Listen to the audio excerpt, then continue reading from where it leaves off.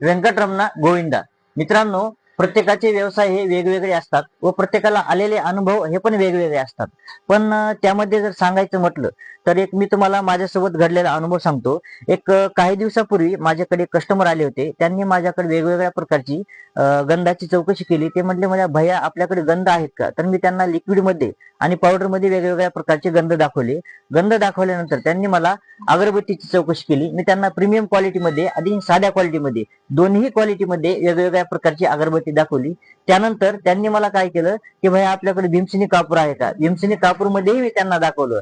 आणि एवढं दाखवल्यानंतर ते म्हटले की भैया मी सध्या काही घेणार नाही बघा, फक्त चौकशी करण्यासाठी आलो. 1-2 सेकंद मला इतका राग आला तरीही मी शांत बसलो. का? कारण माझ्या मनाला मी प्रश्न केला, जे ग्राहक रूपी देव असतात ते हेच का?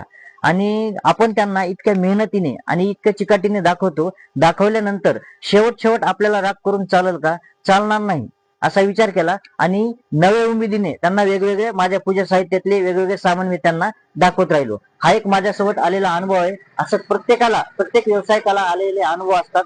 जर आपण शेवट गोड केला तर हे शेवट आपल्याला त्यांचं कधी ना कधी यश मिळणारच. म्हणून आपण आलेल्या कस्टमरला एक चांगल्या उमेदीने, एक नव्या उमेदीने आपले वेगवेगळे साहित्य दाखवणे किंवा आणि कन्व्हिन्स करणे हे आपल्या व्यावसायिकाचं काम आहे.